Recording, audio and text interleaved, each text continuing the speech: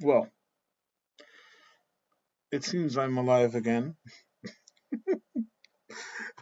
and I just decided to have a word because I think the latest developments, especially uh, the ones about the tariffs and all of that, I think it's so funny and yet so ironic that maybe I should just have a rant to vent out a little because truly I find this funny. It's like a comedy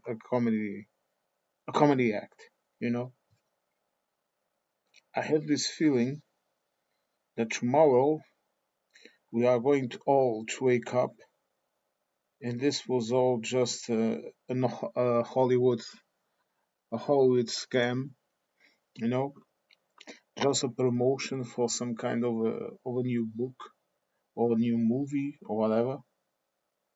And I don't think that not even Stephen King would be able to plan out such a funny thing. You know, you have a president that announces tariffs on an island where only penguins and seagulls and seals would live.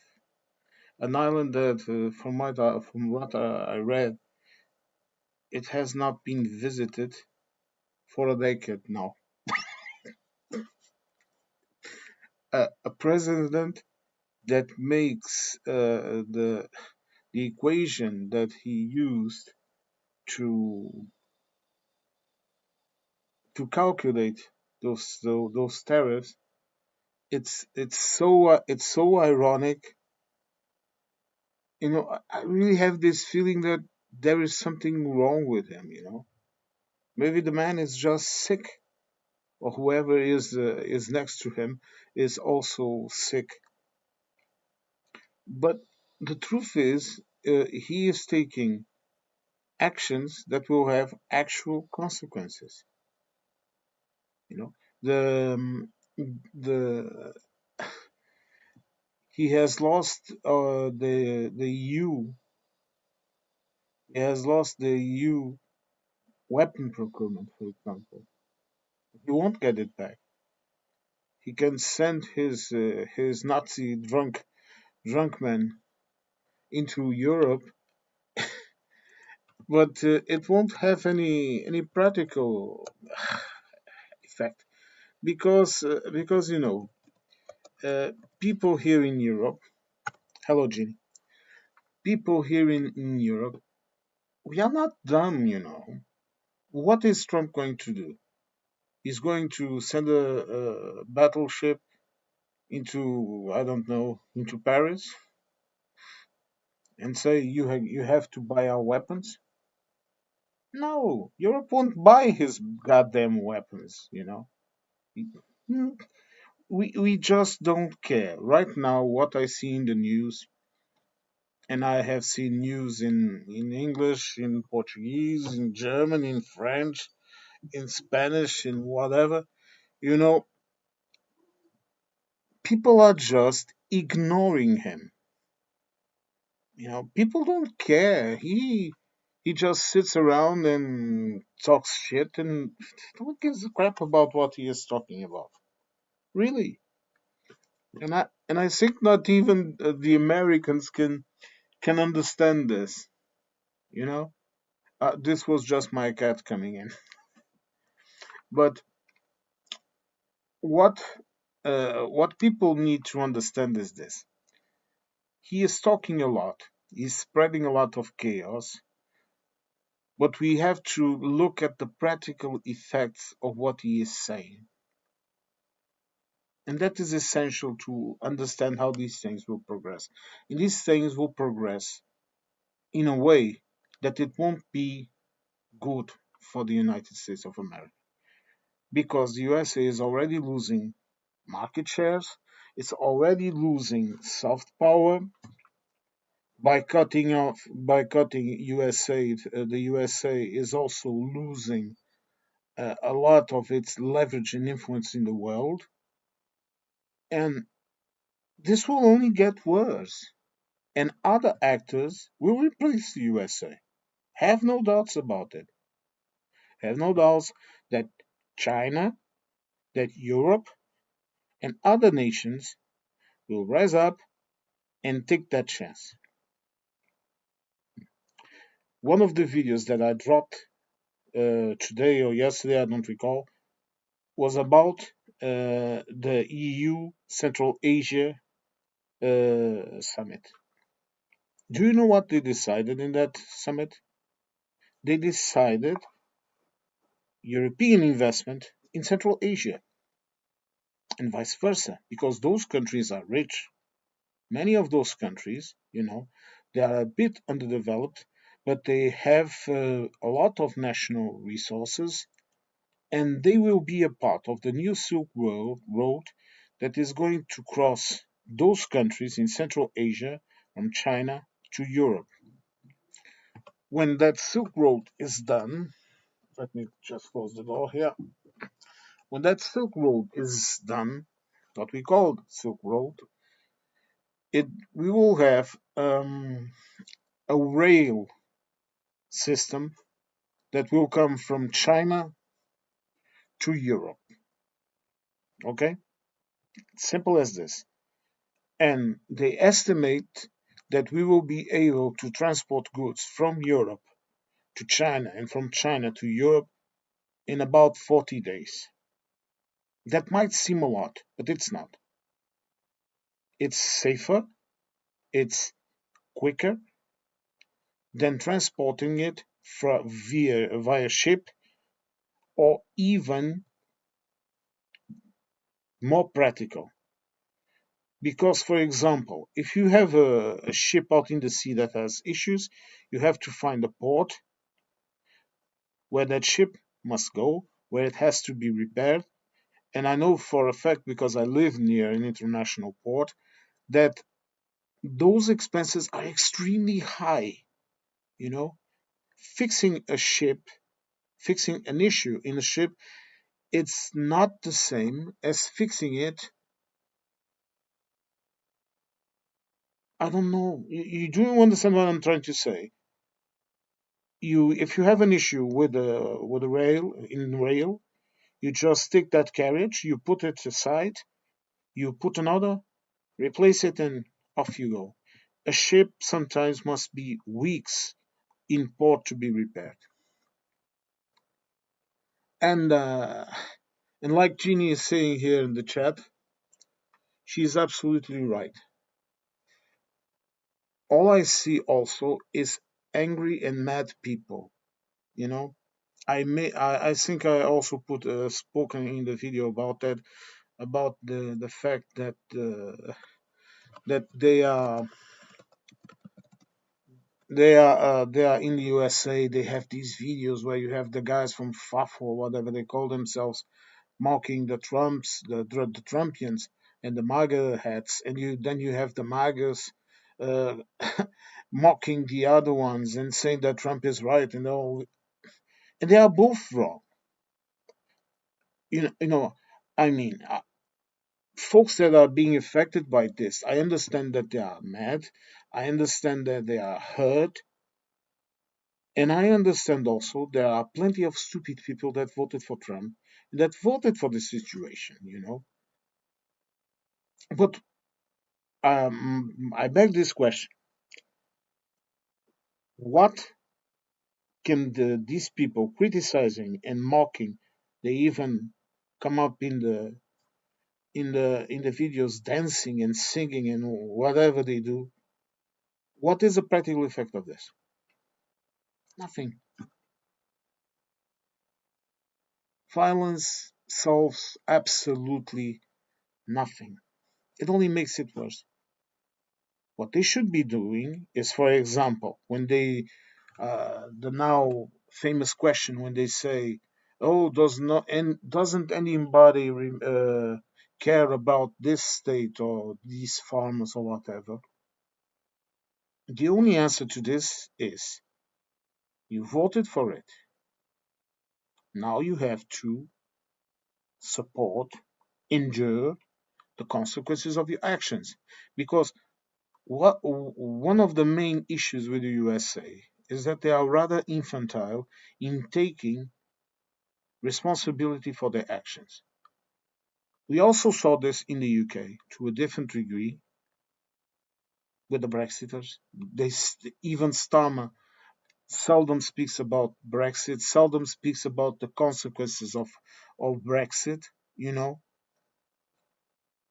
And if you don't take into account your responsibilities, you will never be able to grow because you have to learn. You know, like the Stoics used to say, uh, the reactions and the feelings that you have about something, they are always natural. If you feel angry, if you feel lust, if you feel love, you know, if you feel the urge to talk, all of that is absolutely normal because we are humans. We are not machines. We are not perfect entities that can control themselves at all moments. I know I am not. If anyone claims to be holy, go ahead. Not me. No, I have plenty of sense. But what counts is how you react to that feeling. I can have the feeling, I can have the urge to speak, but if I stop and I think about what I am going to say, it gives me enough time to reason things. I used to be a very warm blooded person, you know, like I said in some other videos and even in comment sections. Martial arts, when I was a kid, it really taught me a lot. Taught me a lot about self-control, and but these are lessons that I learned and that I used and then that I didn't use. And right now, because recently I got sicker again, don't worry, I'm not dying, not that I know of, but I have some issues with my vision and other type of things that I won't talk about it because it's my problems. But all I want to say with this is that these circumstances taught me that I have to control myself, to control my mind, to control the way I react, or else I won't have absolutely no quality of life. And it's hard, you know. It's hard, but in a way, you also feel better when you know you are able to control yourself and you are able to control the way you react to things and to people. And it's also a way to not hurt those that are around you and that need you, that love you. I don't have a lot of people around me, but the ones I have are the ones I need. No, I don't need no false friends. And I sometimes prefer to even to be alone because it's much better for me. Not very healthy, I know, but better. And like Jeannie is also saying right now here in the comment section, she's absolutely right. Society is built by people being socially to each other. It collapses when division infiltrates. And she's absolutely right. Because despite all of this that I said that I prefer to be alone, that I prefer to be with myself and uh, not meddle too much in other people's business, the fact is that by doing these videos in which I don't earn absolutely no money, I'm not monetized, and even if someday I am monetized, it won't be by this type of videos. I would never monetize a video like this because I'm expressing an opinion, and sometimes opinions need to be expressed. They don't need to be sold or bought or whatever. I have a job. I work every day of the week to earn my keep. Okay, but like Chini is saying here, this is extremely important. When you stop being social to other people, when you stop targeting people, and I won't mince words here. You know, when I use a word, I am using it in context. This is very important to anyone that is perhaps lurking in the chat or whatever. When you start targeting a person because that person is gay, transsexual, different from you, or different from what you believe to be normal, by just thinking about it, you are damaging yourselves. Because, number one, you have absolutely nothing to do with that person, with their experience, with their life, with their feelings. Who are you to tell a person that is transsexual, for example, that they are wrong, that they are sinners, that they are this and they are that? Even the Pope of the Catholic Church told his priests, and we know all the sins the Catholic Church has. But he told them, if a person enters in the church and respects the people that are inside that church, you have nothing to say about them. You do not stop a person that from entering a church if that person is transsexual, gay, divorcee, alien, polka dot green. Why? Because we have to stop and meddle in other people's business. The existence of people that are different from me and you has nothing to do with us. It doesn't bother us. There is a simple solution for that. If a certain person bothers you for whatever reasons, you do what you do with other people you don't like. You just avoid them. You don't attack people. You don't go on TV like some politicians saying this is a sin and that. That's fucking ridiculous. Sorry for using this word, but it's fucking ridiculous. And I hate it. I hate it. I detest it. I was not raised this way. You know, I always tell this story because it's very important to me, and it was a part of my upbringing. My grandfather was very old when I was born. He was born in 1917. I'm almost 50. So and he died an old man. And he explained to me, him and my mother and my father, but him a lot. He explained to me the different things I saw. And about gay people, he told me this. First of all, none of our business. Secondly, if they respect me, I respect them. Whatever they do with their ass, it's their business. It was a simple way to teach a kid. I remember it. I was about 6 or 7. But it's a simple way to explain to a child that those people have their lives. It's their business. If they respect you, you have nothing to fear or nothing to say about it. You know, and this is very important. And what we see with all these tariffs from Mr. Trump and all this crap is a lack of respect and a lack of empathy with other people. He's incompetent and stupid. Those tariffs don't work. He doesn't even know how to calculate them. He doesn't even know why doesn't Europe buy American poultry. Bird flu,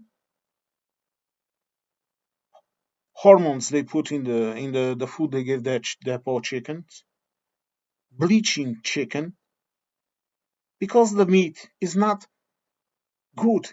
It's bad for you. God knows that the meat we have here sometimes is not that good either.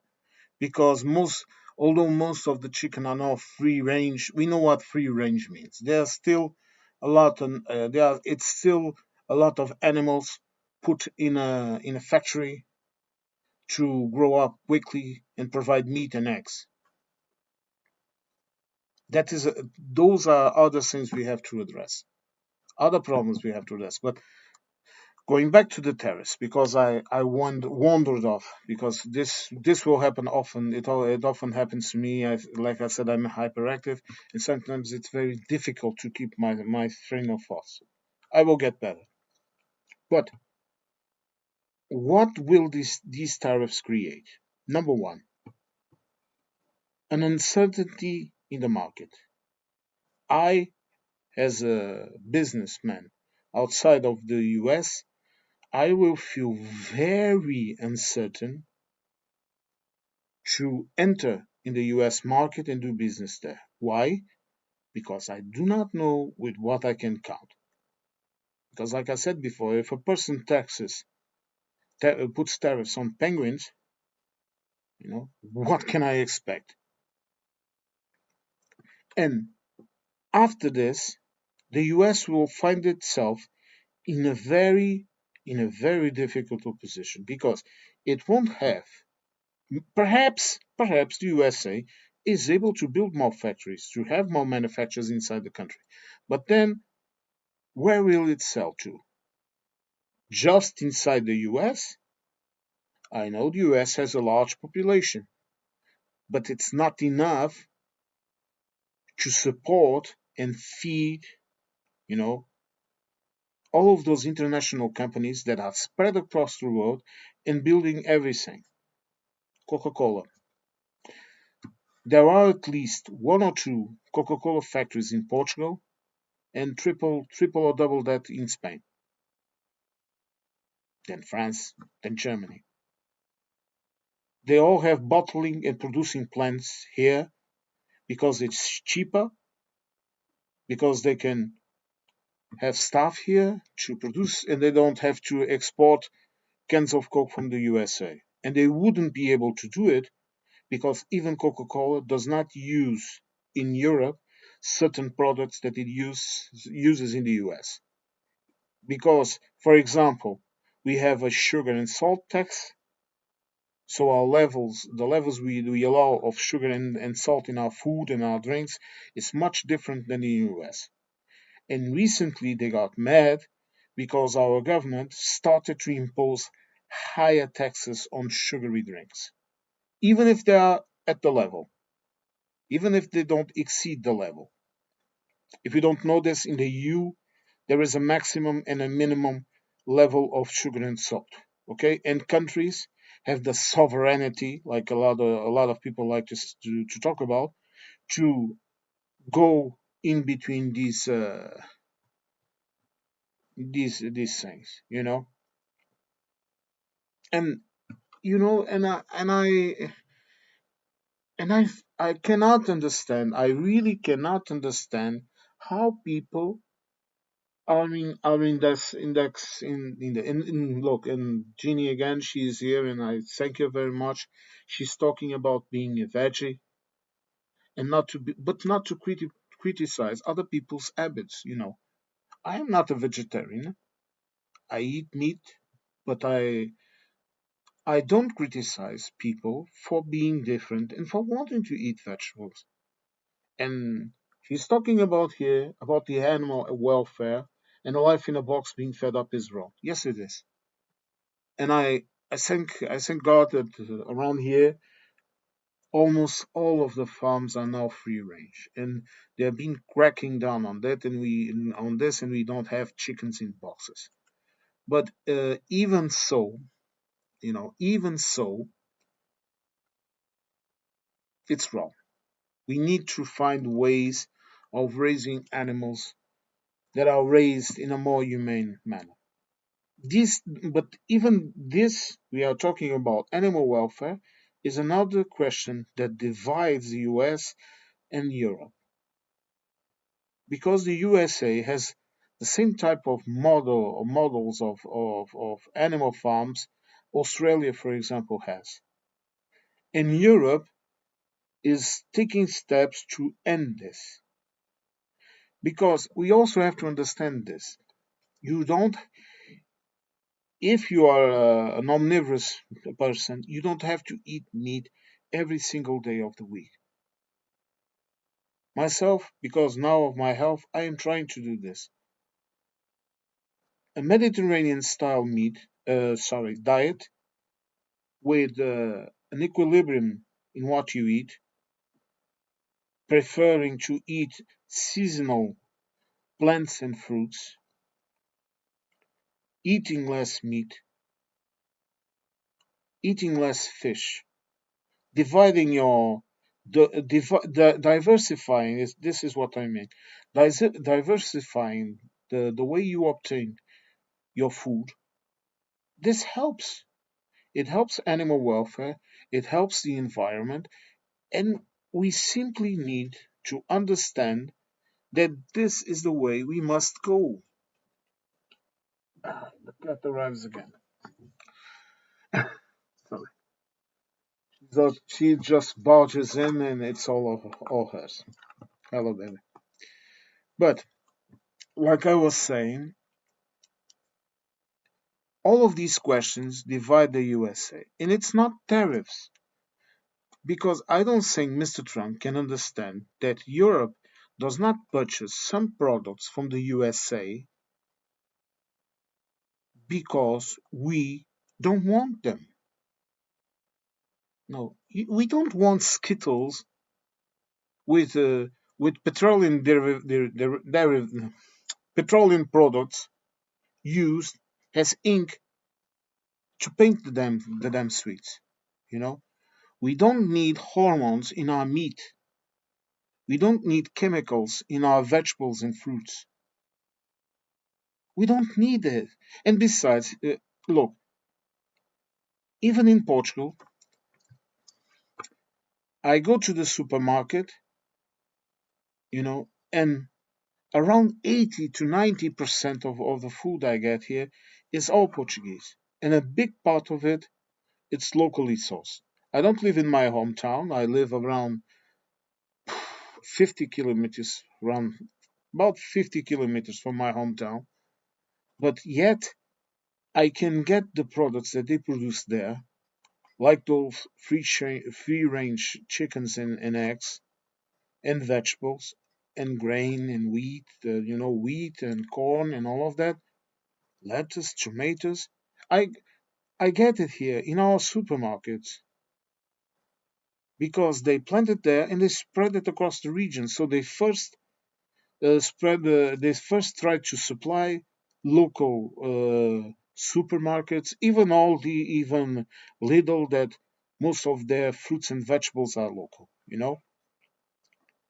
They first try to do that, and there is this, and this is an idea that exists in the EU, and I think also in the UK, at least from what I have seen,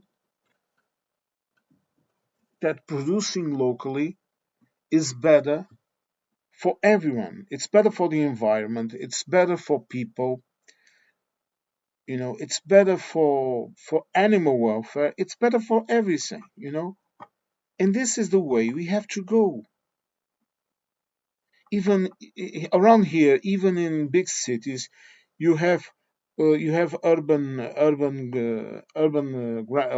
lands where you can plant, where you can have a little, how you say, a little veggie garden. All of that. You can raise animals also. A lot of things. And these are all little initiatives that prove that Europe is going in a completely different direction than the USA. The USA, look, I saw some videos and I've talked with a lot of people. I never went to the USA. Okay? No, I never went to the USA. I never crossed over to the Americas. I just traveled around Europe and North Africa. Okay? Just that I am clear about my in local knowledge. And they have the suburbs. They don't. They have the shops in industrial areas outside the villages. They don't have in most of the USA, not all of it, of course, but in most of the USA, they don't have cities like we have here, like we have in Europe, like we have in the UK. They don't have it. You know, right now I am in a large city, at least large for Portuguese standards.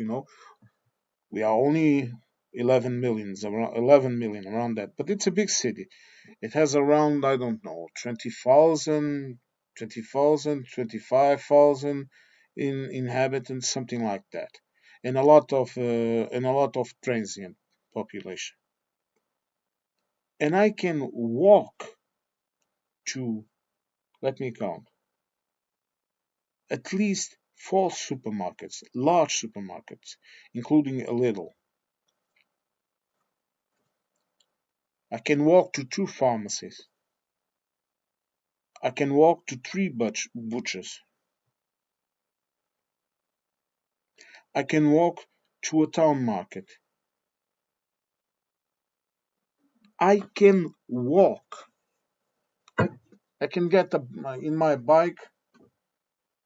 Sorry, I'll have to make my streams in another way because my cat is constantly interrupting me.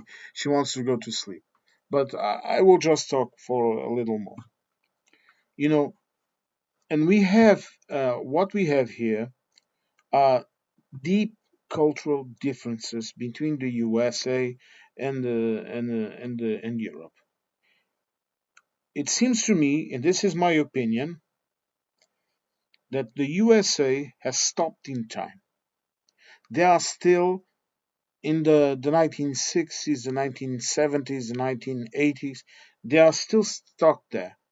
And here in Europe, with all the convulsions we had, and with this war in the East to wake us up, we are going ahead.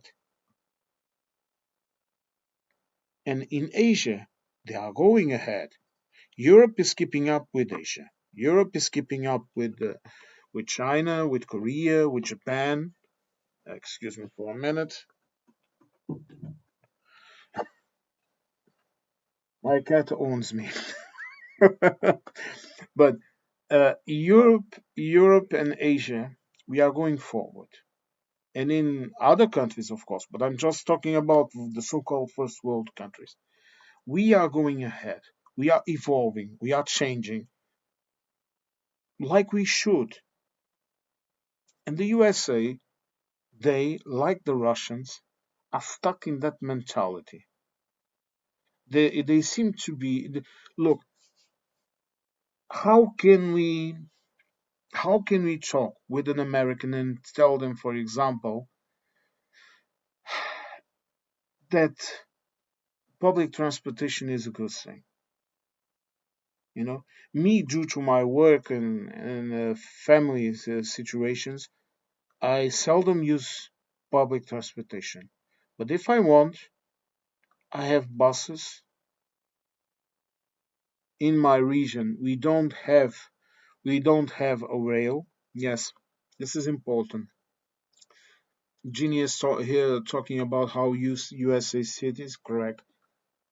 Thank you for phrasing it much better than me. Subdivided by zones or of homes and or business. So transports are needed to shop. And small towns still have a main road with shops. Yes, correct.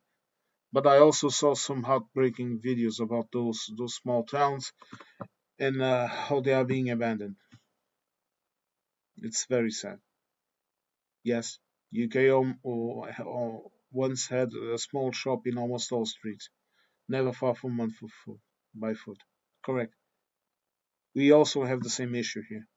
We have a lot of small business that has been going under, and what is left are the supermarkets and a couple of shops, and a lot of online shopping. But we also have to understand this is an evolution. It's not an evolution that I like personally, because I think we need we this is needed, you know. But right now here, for example, if you go to a city like the one I work in, there is still enough uh, urban population, let's call it like this, you know, population that actually shops to have shops around town, you know. And you have the cafes that are always a center of public living here, but we have lost a lot of those little shops too, and they were needed, you know. I also remember them when I was a kid. But on the other hand, the supermarkets here also have turned into those little shops because they have everything you need, you know. I go to Lidl, I can buy anything, everything I need for the house, you know. And then we have a couple of shops or a Chinese shop, We have a Portuguese shop, of course, a lot of them there where we can go buy other stuff that we need. You have a place where you can go and buy, for example, construction materials, so you can do repairs around the house, all of that stuff. And we are adapting, but I also would prefer a more delocated business model, to allow to have more little shops, because that would also provide more jobs. That would also provide more value to towns, because a town with more than one shop. But I frankly cannot see how that would work with our current business model. It's sad, but I understand why you would think that it would be good, because I also agree with it. But the problem is, how would we sustain it? It would be very hard. But even so, we are not in the same situation as the USA.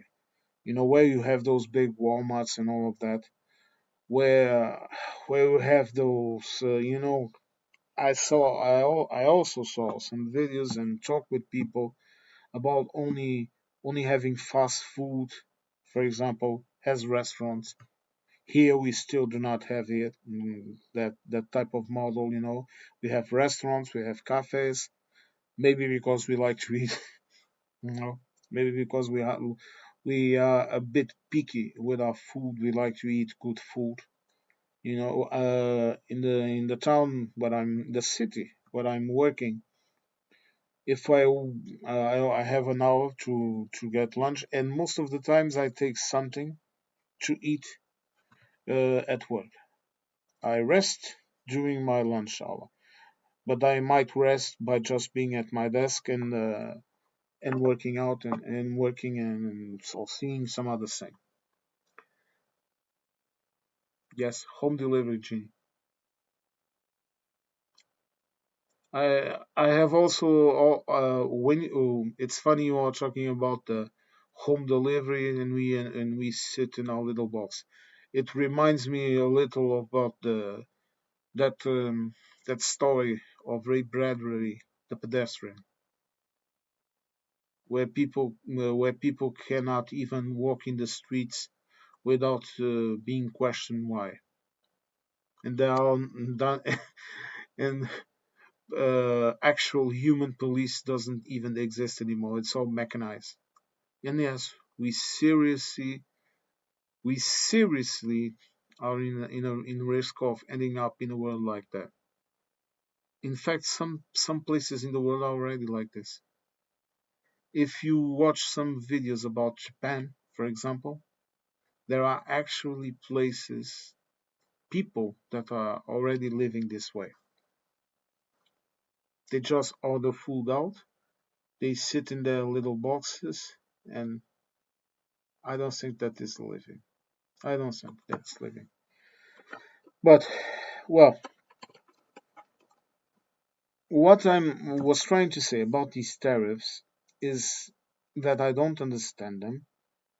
I think I'm divided between these two positions. Either Mr. Trump is trying to sink the economy so that he can fill up the treasury and then pay off the debt. And that won't work, because he will fill up the treasury with money that will be worthless, because his debt, for example, if he has 1 billion of debt, of course they have much more. I think it's in the trillion number. But if they have 1 billion of debt and they fill up their coffers with 1 billion, it won't do them any good. In order to do that, they would have to have at least 2 billion, so their money would be worth it anything. Am I making myself explain? Sorry, sometimes my English is not very good. But what I'm trying to say is that he is now tanking the economy and he's filling up the coffers. But when the economy tanks and he has no production and no money, when he goes and try and pay that debt in order to start in a clean slate, which is a rather dumb idea, he won't have enough money to do it because his public debt will be worth zilch, and he won't be able to sell it in the open market because no one will buy it. You know? Yes, I love Ray Bradbury. It's one of my favorites. But Mr. Trump here, if he is doing this, he's doing a critical error because it's a dumb idea. And the other position that I see is that there is a movement behind him. He's just a pawn. And I believe he is dumb enough to be a pawn. The man is if you give yourself the trouble to watch any of his shows and his participation in the Shark Tank and all of that crap, you can see that the man is not very bright. He's very good in knowing when a company is going under that he can buy off, make a lot of money with investments and then sink the company and make even more money. He's very good in doing that, and he's very good in concealing his personal wealth. Yes, he's very good in doing that. But to be a good crook does not mean to be a good businessman. In fact, a good businessman has to be a little crooked. Good businessman, he has to sometimes take decisions that are not very, let's let's call it kosher, you know. But on the other hand, a good businessman also knows, excuse me, also knows that he should not he should not be a crook. Because if you're a crooked businessman, you won't last long. You need to be trustworthy. You need to be impetuous. You need to be cold, a good businessman. But if you are just that and you have no empathy or no honesty, then you won't last very long in the business world. No, you won't. And I think the good example is Murdoch. Yes, the evil one. Murdoch, he has a lot of defects, but he's smart because a lot of sins. Let's just call it. But he's smart because in one hand he steals, not steal, not taking. You know, getting something because he's not committing crimes, not that I know of. But on the other hand, he's a good conman, but he also gives something back, and that's smart because that way people are always hesitant to attack him because after all, he's not that bad. But when Mr. Donald Trump, like Chini is saying here in the chat, you know, he is the greatest conman in the history so far. Yes, he is. But he's a bad conman. And right now, since he's not unable, like Chini is also saying here, to manipulate them, to manipulate the media and all of that, like Murdoch, he's done. Uh, I hope that no violence erupts in the USA, but I seriously doubt they won't have any issues because right now the poor are taking it in stride. They are trying to remain calm, but if food starts to miss, if people start not having food, start seeing their kids sick, it's going to derail. We might have a very serious situation in the USA. This is another reason why Europe has to trust in itself and leave the USA alone. You know, yeah, I think the best position right now is the one that Ursula von der Leyen is taking and Antonio Costa, that is to just let them be, to answer each tariff, each tariff individually. You know, you tariff this, all right, then we tariff that. If it is needed, we tariff. If it's not needed, we don't care. Because suppose this, no, we sell medicines into the US. The US wants to tariff. We don't buy any medicines from the US or medical components. We buy them from India, we buy them from China, some of the medical components that we need, but we don't buy it from the US. So why would we put tariffs on it if we don't buy them? This is what Mrs. von der Leyen means with her speech. And there's another situation in Europe we should be very attentive. It's the UK. The UK really has to decide where it will stand. And it's not a very easy situation, you know, because the UK has its economy very intertwined with the US. Maybe that is one of the reasons of Brexit. In my opinion, Brexit was a test for what is happening right now in the USA. Who did it? What forces are behind it? Is it Putin? I don't know. I think Putin is barely holding on in Russia to power. He is barely holding on in, and that country is on its way to a demographic disaster. You know, I saw. Let's just say that I saw a report by people I can trust in that says that in 100 years' time, you won't have 140 million Russians, you will have around 80 million Russians. This is serious, you know. This is extremely serious.